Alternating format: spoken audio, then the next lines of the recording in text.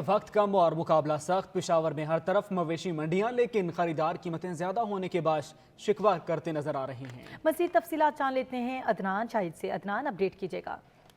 वक्त कम है और मुकाबला है सख्त, क्योंकि ईद कुर्बान सर पर आ गई है। ताहम पेशावर के जो शहरी हैं वो सुन्नत इब्राहिमी की अदायगी के लिए जानवरों की तलाश में मंडियों में मारे मारे फिरते हुए नज़र आ रहे हैं। इस वक्त हम मौजूद हैं पेशावर की सबसे बड़ी मवेशी मंडी रिंग रोड पे, जहां पर शहरियों का हजूम लगा हुआ है और शहरी जो हैं अपनी इस्तिताअत के मुताबिक खूबसूरत जानवर की तलाश में हैं।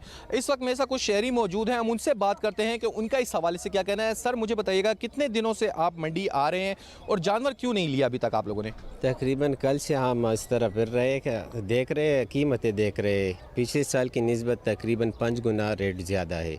अब हम ये उम्मीद लगा बैठे हैं कि शायद बॉर्डर बंद हो जाए तो ये माल सस्ते हो जाएंगे, लेकिन बॉर्डर बंद होने के बावजूद भी जो है ना, रेट बहुत हाई रेट चल रहा है, जो आम आवाम की सोच से बाहर है। ये रेट बहुत ज़्यादा है। अच्छा, मुझे बताया, छोटा जानवर पहले कितने का था, अब कितने का है? बड़ा जानवर कितने का था और अब कितने का है? पिछले साल अगर मैं बात बताऊँ तो तकरीबन 1,20,000 का मैंने जो बेंच लिया था, वो आजकल जो है ना 7 और 8 लाख पे लोग बेच रहे।